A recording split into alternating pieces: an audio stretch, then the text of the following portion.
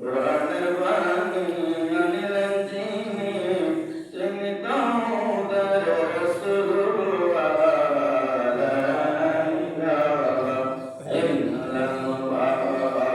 ইলাহা ইল্লাল্লাহ, লা ইলাহা ইল্লাল্লাহ, লা ইলাহা লা ইলাহা ইল্লাল্লাহ মুহাম্মাদুর রাসূলুল্লাহ সাল্লাল্লাহু আলাইহি ওয়াসাল্লাম।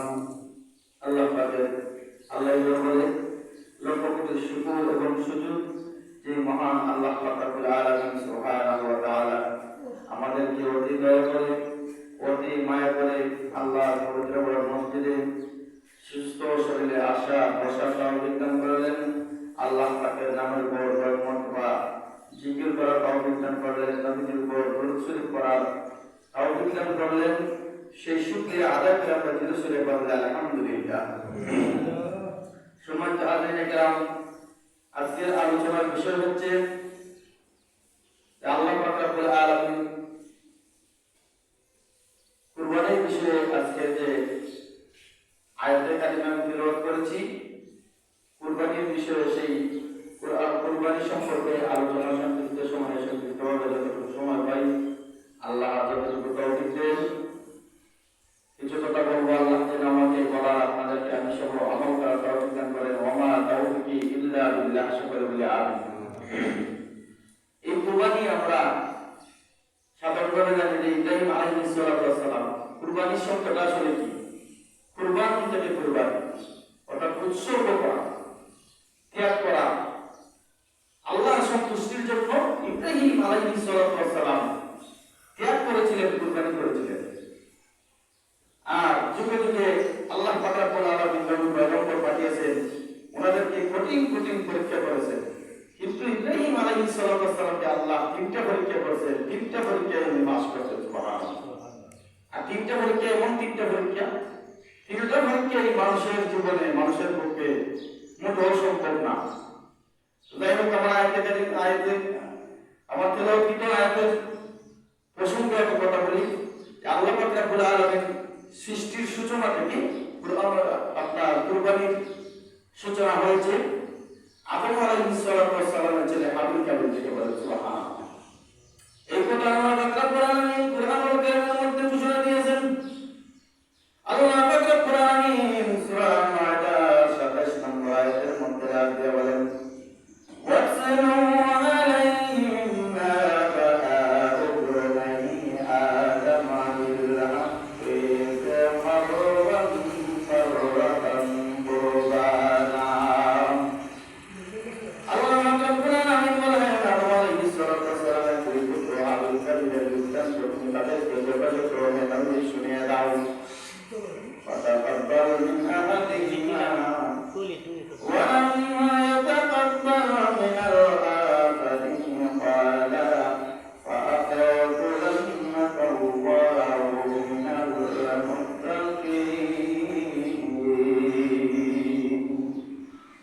قال لا تقتلنك قال إنما يتقبل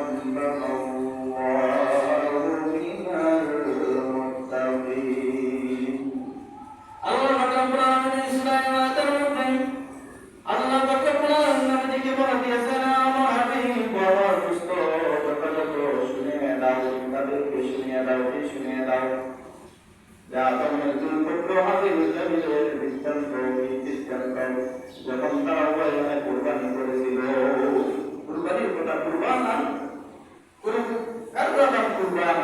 তারা কুরবানি করেছিল। সুবহানাল্লাহ। তারা কেন কুরবানি করলো? কুরবানির সূচনা কেন হলো? শুধু তাই না, আল্লাহ বলে দিয়েছেন যখন তারা উভয়ে কুরবানি করেছিল তখন একজনের কুরবানি কবুল হয়েছে, আরেকজনের কুরবানি কবুল হয় নাই। এর কারণ কি? এর তো কারণ আছে। অতঃপর যার কুরবানি কবুল হয় নাই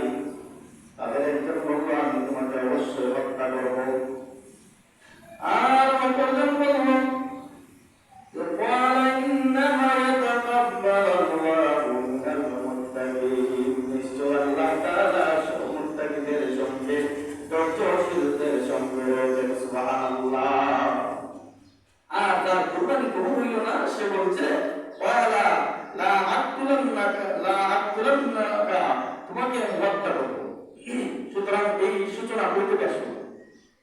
তাফসীর ইবনে কাসিরের মধ্যেই আপনার এই আয়াতের মধ্যে এসেছে আদম আলাইহিস সালামের সন্তান যখন হইত, জোড়ায় সন্তান হইত, জোড়ায় সন্তান হইত, ওই সময় তো আর কোনো মানুষ ছিল না, শুধু আদমের সন্তান ছিল।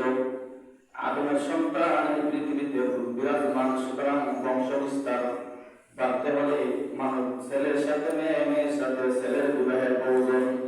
এখন তো ওরা ভাই বোন, এই ভাই বোনের জন্য তো বর্তমান সময়তে ভাই বোনের বিবাহ হারাম। সেই সময় আদম আলাইহিস সালামের শরীয়তে ভাই বোনের বিবাহ জায়েজ ছিল। কিভাবে? যে আল্লাহ রাব্বুল আলামিনের উদ্দেশ্য হলো আদম আলাইহিস সালামের মাধ্যমে বনি আদমের বিস্তার লাভ করবেন, বনি আদমের সন্তানদের প্রচার ঘটাইবেন। সুবহানাল্লাহ। তো কিভাবে ভাইয়ের সাথে বোনের বিবাহ হবে? এক জোড়া ভাই আরেক জোড়া বোনের সাথে বিবাহ হবে। সুবহানাল্লাহ।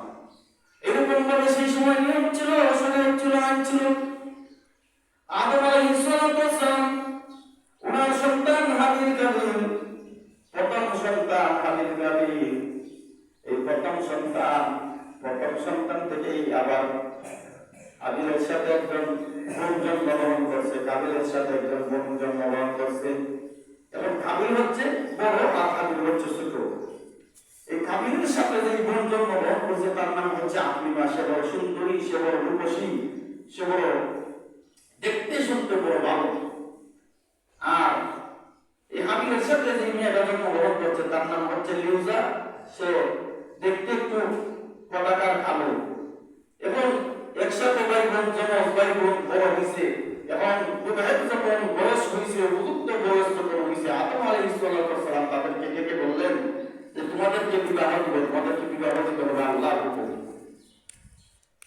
কিভাবে আদম আলাইহিস সালাম বললেন, ও কাবিল তোমার সাথে দেখো ওই বোন যে তোমার ওই শুধু তোমার ওই ভাইয়ের সাথে বিবাহ দিব, তোমার ওই ভাইয়ের সাথে যে বোন জন্মগ্রহণ করছে ওই বোনকে তোমার সাথে বিবাহ দিব।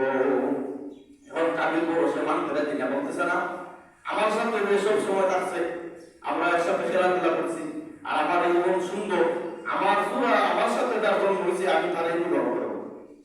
আমি এই তার সাথে আমার ভাইয়ের সাথে যে মেয়ের জন্ম হয়েছে এই মেয়ের আমি বিবাহ করব। অনেক জোরাজুরির পর যখন দেখা গেল সে রাজি না, আদম আলাইহিস সালাম এবার বলল যে আল্লাহর হুকুমে যদি তুমি রাজি হইতে চাইতেছো না, আল্লাহর হুকুম তুমি মানতে চাইতেছো না, তাইলে এক কাজ করো, দুজনে মিলে কুরবানি করো। সুবহানাল্লাহ। এই শুরু হইল কুরবানির প্রাচীন ইতিহাস, কুরবানির সূচনা, কুরবানির শুরু। এবার দুই ভাই কুরবানি করলেন। কুরবানি কি? সেই সময় কুরবানির নিয়ম হলো আপনার কুরবানি করলে কুরবানিকৃত জিনিস, কুরবানির বস্তু উসুলাগার মধ্যে রাখা হইব। আর ওই যার কুরবানি আল্লাহর দরবারে কবুল হইব সে আপনার কি করব?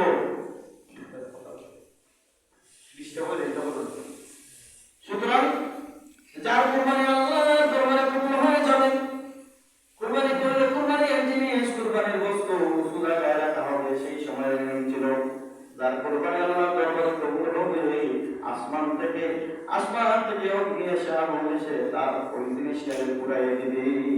যার জিনিস আসমান থেকে আগুন এসে পুড়াইয়ে দিব, জ্বালাই দিব, তার কুরবানি আল্লাহর দরবারে কবুল হবে। সুবহানাল্লাহ। এবার দুই ভাই কুরবানি করলেন। হাবিল কুরবানি করছে, কিছু কম ছিল,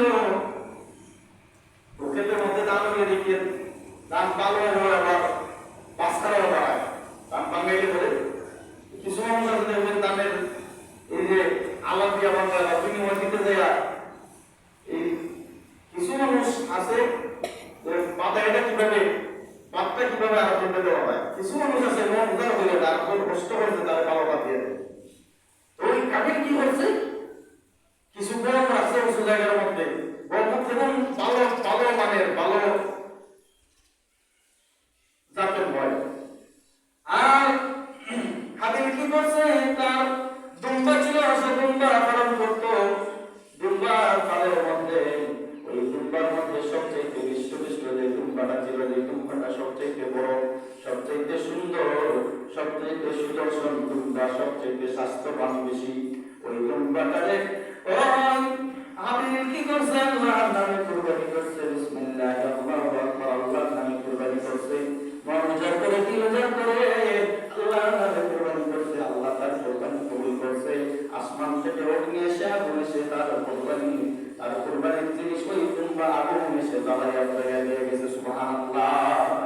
আবু আলাইহিস সালাম বললেন দেখো আল্লাহর হুকুম তুমি মানো না আল্লাহর আইন এক জোড়ার ভাইয়ের সাথে আর জোড়ার বোন এক জোড়ার বোনের সাথে আর জোড়ার ভাই বিবাহ হইল তুমি মানো না এবার কুরবানি হইল তুমি ফের তোমার কুরবানি আল্লাহর দরবারে কবুল হয় নাই কিন্তু আমার হাবিবের কুরবানি আল্লাহর দরবারে কবুল হয়েছে সুবহানাল্লাহ। এজন্য কুরবানি দিয়ে কুরবানির পশু হৃষ্টপুষ্ট হতে হবে। কুরবানির পশু আপনার কি করতে হবে মন উজাড় করে দিল উজাড় করে দিতে হবে। আপনার প্রভৃতি আছে 5 লাখ টাকা দিয়ে কুরবানি দেওয়া কিন্তু বর্তমান সমাজে দেখা যায় 1 লাখ টাকা দিয়ে কুরবানি দিতে নাম না প্রয়োজন কিন্তু অনেক এলাকা আছে। আল্লাহুম্মা সাল্লি আলা সাইয়্যিদিনা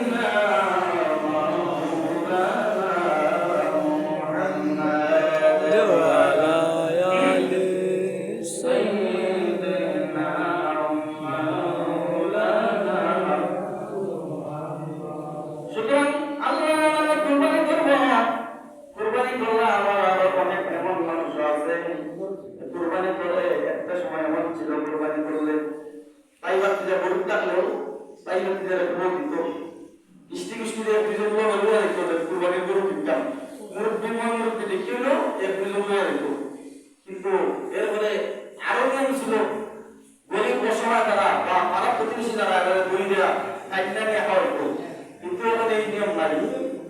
অন্য দেশে আমেরিকা থেকে টাকা দিল কুরবানির গরু বানানোতে আলোচনা নিয়ে শেষ হয়ে যায়।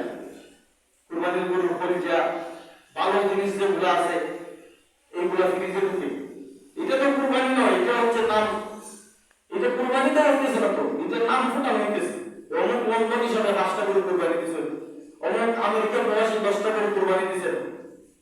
অনেক এলাকায় নিজের চোখের দেখা এলাকায় গেছিলাম গরুজমা বললাম গরুজমা হইয়া কিছু সময় পরে তাই দেখলাম যে এই গরু যত ভালো জিনিস আছে ধরে ধরে নিয়ে গরু ফ্রিজে ঢুকাইতেছে। কারণ কি বলতেছে আমরা জিনিস আমরা হয়তো আমরা বেশি গেছি এরকম কথা বলতেছে, কিন্তু তার কুরবানি যে বাতিল হইতেছে এটা দেখার বিষয় না। আর দেখতে কিভাবে যে কুরবানির টাকা দিছে যে কুরবানির দিন দেওয়ার মালিক সে লন্ডন আমেরিকা অবস্থান করতেছে, কিন্তু এই ভিডিও হলে দেখাইতেছে হয়তো মানুষ হয়তো বলতেছিলাম মানুষটাকে দেখা হয়তো এরপরে পরবর্তী 3 দিনের উপরে মাংস রাখা যায় না এরকম একটা হাদিস একসময় ছিল, পরবর্তীতে রহিত হয়ে গেছে। কিন্তু সেই সময় ফ্রিজেরও ব্যবস্থা ছিল না, যার কারণে মানুষের আদর যত্ন করে নিয়ে হয়তো কুরবানি কারো উপর ওয়াজিব। একজন মানুষ যদি 7.5 পরিশ্রমের সমপরিমাণ সম্পদ টাকা পয়সা জমি জামা স্থাবর অর্থাৎ যত রকমের জিনিস আপনার আয়ত্তে আছে আশ্রম থেকে নিয়ে আপনার ব্যবহৃত জিনিস থেকে নিয়ে অব্যবহৃত জিনিস থেকে নিয়ে যত কিছু আছে ওগুলা মিল্লা যদি আপনার 7.5 পরিশ্রম বর্তমান বাজার দরে যে পরিমাণ টাকা হয় ওই পরিমাণ সম্পদ ওই পরিমাণ টাকার মালিক যদি আপনি হন তাইলে আপনার উপর কুরবানি দেওয়া উচিত। সুতরাং কুরবানি আপনি বছরে একটা দিন আসলো আপনার তাওফিক টাকা সত্ত্বেও যদি আপনি কুরবানি না দেন কিন্তু আল্লাহর কাছে আপনি যারা আল্লাহর দরবারে আপনাকে কেবল চিন্তা করতে হবে আল্লাহুম্মা সাল্লি আলা সাইয়্যিদিনা মাওলানা মুহাম্মাদ ওয়া আলা আলি সাইয়্যিদিনা মাওলানা আল্লাহুম্মা সাল্লি আলা মাজিদ বারিক আলাইহি। বলতেছিলাম যে কুরবানি কার উপর ওয়াজিব? প্রাপ্তবয়স্ক সুস্থ মস্তিষ্ক সম্পন্ন মুসলিম নরনারী যে 10 জিলহজ ফজর থেকে নিয়ে 12 জিলহজ সূর্য অস্ত যাওয়া পর্যন্ত এই 2 দিন ফরজের অতিরিক্ত নিসাব পরিমাণ সম্পদের মালিক হয় যদি তাইলে তার উপর কুরবানি করা উচিত। এবং নিসাব পরিমাণ কি? যে টাকা পয়সা আপনার স্বর্ণ অলংকার বসবাস করাতে প্রয়োজনে আসে না এমন জমি, প্রয়োজনের অতিরিক্ত বাড়ি, ব্যবসায়িক পণ্য ও প্রয়োজনীয় সকল আসবাবপত্র কুরবানির নেশাবের ক্ষেত্রে হিসাবযোগ্য। এবং এর হিসাব হলো, নেশাবের হিসাব হলো 60 ভরি স্বর্ণ আর 52.5 ভরি আপনার রূপা, অর্থাৎ 525 ভরি আপনার রূপা বর্তমান বাজার মূল্যে, যার বছর শেষে আয় আছে কমপক্ষে এই কুরবানির দিন থেকে কুরবানির এর দিন অথবা 2 দিন পর্যন্ত এই 525 ভরি রূপার সমমূল্য টাকা আয় আছে তার উপর কুরবানি করা হবে। এখন 2000 টাকা দর যদি ধরেন বলি, যদি আপনি রূপা করেন তাইলে 1.5 লক্ষ টাকা যদি বছর শেষে কারো আয় থাকে তাইলে তার উপর কুরবানি করা ওয়াজিব। আল্লাহুম্মা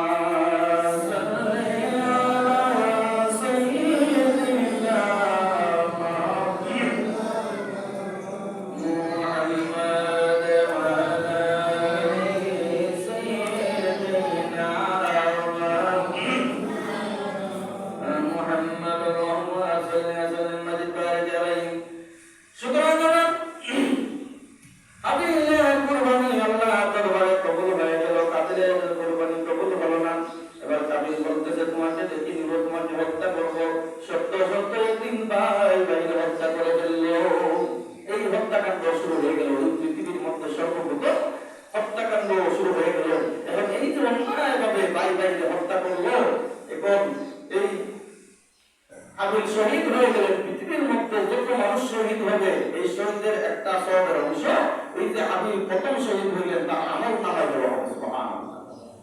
আর পৃথিবীর মধ্যে যত মানুষ আপনার কি করবে, খুন খারাপি করবে, মানুষকে হত্যা করবে, তার যে পাপ, তার যে গুনার অংশ, গুনার একটা অংশ ওই কাবিলের আমল নামার মধ্যে দেওয়া হবে, কারণ সে প্রথম হত্যার সূচনা সে করবে।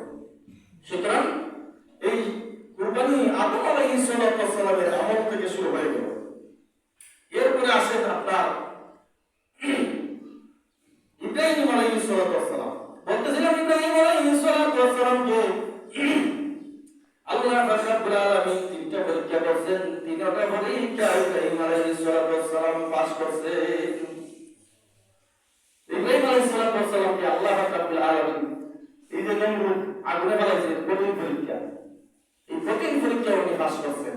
ফেরেশতা জিবরাইল এসে বললেন, ও আল্লাহর পয়গম্বর ইব্রাহিম, আপনি হুকুম দেন, আপনি যদি হুকুম দেন আমার 600 নূরের বাবা একটা নূরের বাবা দিয়ে যদি ইশারা করি তাইলে ওই আগুন নিভে যাবে।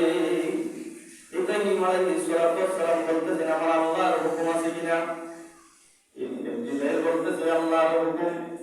আল্লাহর হুকুম নয়, আমার আল্লাহ যদি চায় আমি আগুনে জ্বলতে তাইলে আমি আগুনে জ্বলতে রাজি আছি। সুবহানাল্লাহ।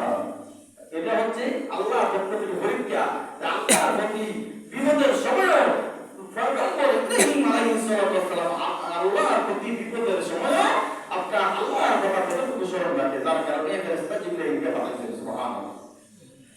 এবার জিবরাইল এই কথা বলা হওয়ার মধ্যে যে আমার আল্লাহ যদি আমার আগুনে জ্বালাইলে খুশি হয়, আমি নমরুদের আগুনে জ্বলতে রাজি, কিন্তু তুমি জিবরাইলের সাহায্য নিতে আমি রাজি না।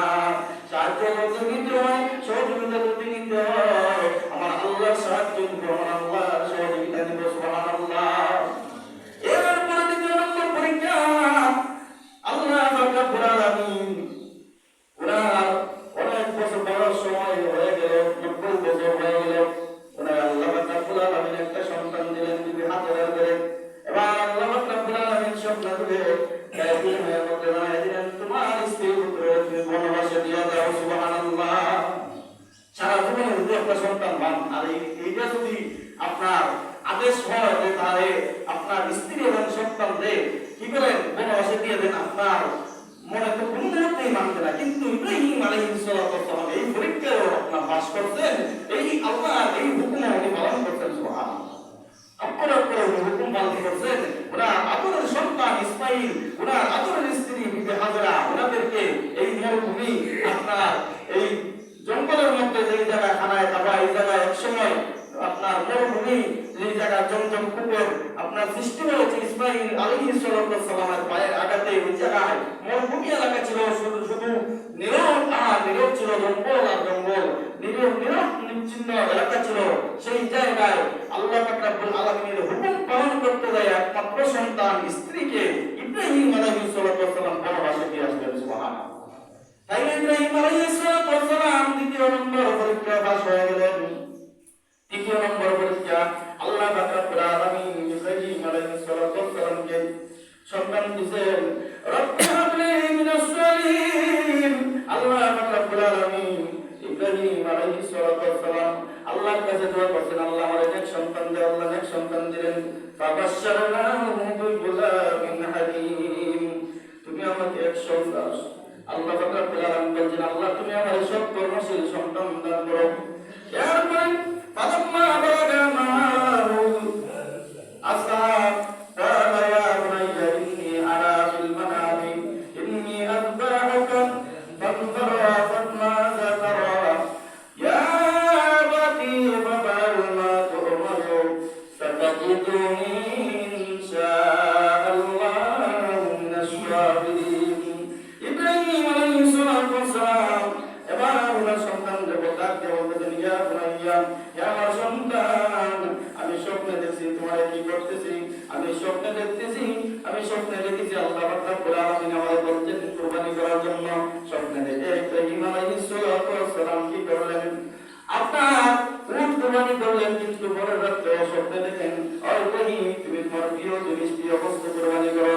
কিন্তু দেখা যায় পরের রাতে স্বপ্নে দেখে ইব্রাহিম তুমি তোমার কুরবানি প্রিয় জিনিস, প্রিয় বস্তু কুরবানি করো।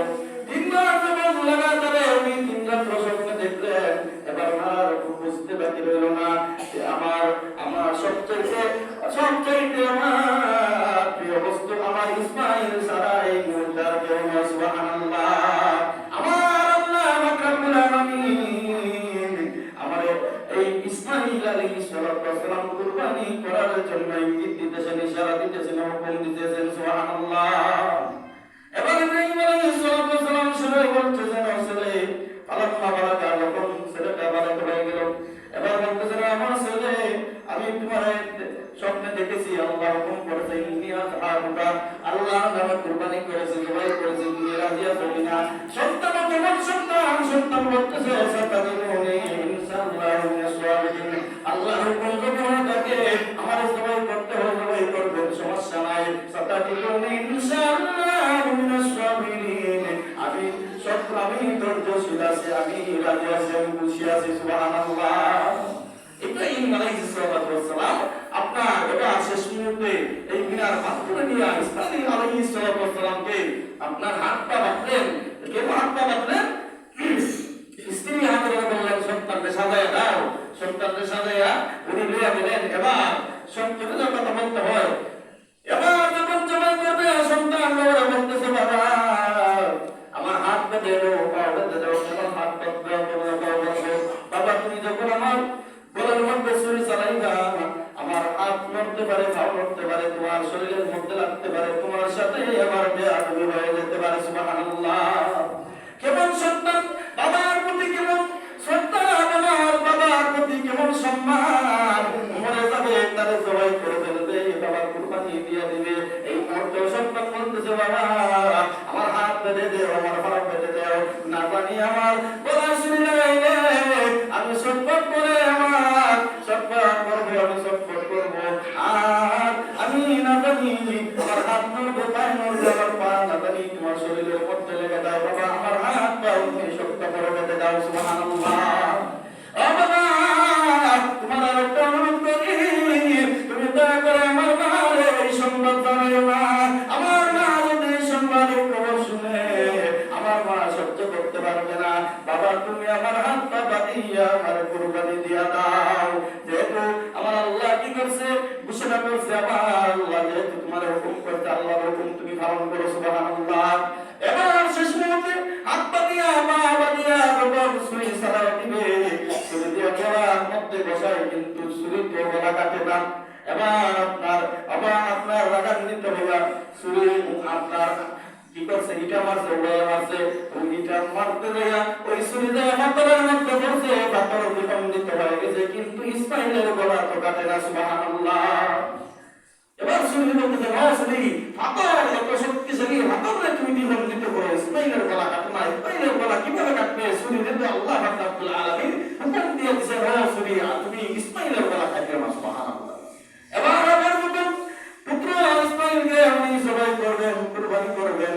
ওরা যখন কুরবানি করবেন এবার ইসমাইলকে সবাই ইসমাইলের পরিবর্তে আল্লাহ পাক রব্বুল আলামিন ফেরেশতা দিলেন হুকুম দিয়েছেন ফেরেশতা তুমি যাও ইসমাইলের পরিবর্তে ইসমাইলের গলার পরিবর্তে বেহেশতি দুম্বা ইব্রাহিমের হাতের ছুরির নিচে ধরাইয়া দেও। এবার কুরবানি হয়ে গেল দুম্বা বেহেশতি দুম্বা। সুতরাং এই যে দুম্বাটা কুরবানি হইলে এটা কোন দুম্বা? এই যে সর্বপ্রথম যে দুম্বা এই আবিল কাবিল এই যে আবিল যে দুম্বা জবাই করছে দুম্বা কুরবানি করছে ওই দুম্বারে আল্লাহ রাব্বুল আলামিন বেহেশতের মধ্যে লালন পালন করছেন। ওই বেহেশতের মধ্যে ওই দুম্বারে লালন পালন করিয়া ওই দুম্বাই আপনার ইসমাইল আলাইহিস সালামের পরিবর্তে ইব্রাহিম আলাইহিস সালামের ছুরির নিচে ধরাই গেছে। সুবহানাল্লাহ। আল্লাহ রাব্বুল আলামিন সংক্ষিপ্ত সময়ে সংক্ষিপ্ত হবে যাই বললাম আল্লাহ রাব্বুল আলামিন আমাদের যাদের উপর কুরবানি করা ওয়াজিব তাদেরকে যেন আল্লাহ রাব্বুল আলামিন সুন্দরভাবে সুশৃঙ্খলভাবে সুন্দর করে কুরবানি দেওয়ার মন মানসিকতা কুরবানি দেওয়ার তৌফিক দান করেন। আমিন ইয়া রাব্বাল আলামিন। সাল্লাল্লাহু আলা মুহাম্মাদ সাল্লাল্লাহু আলাইহি ওয়াসাল্লাম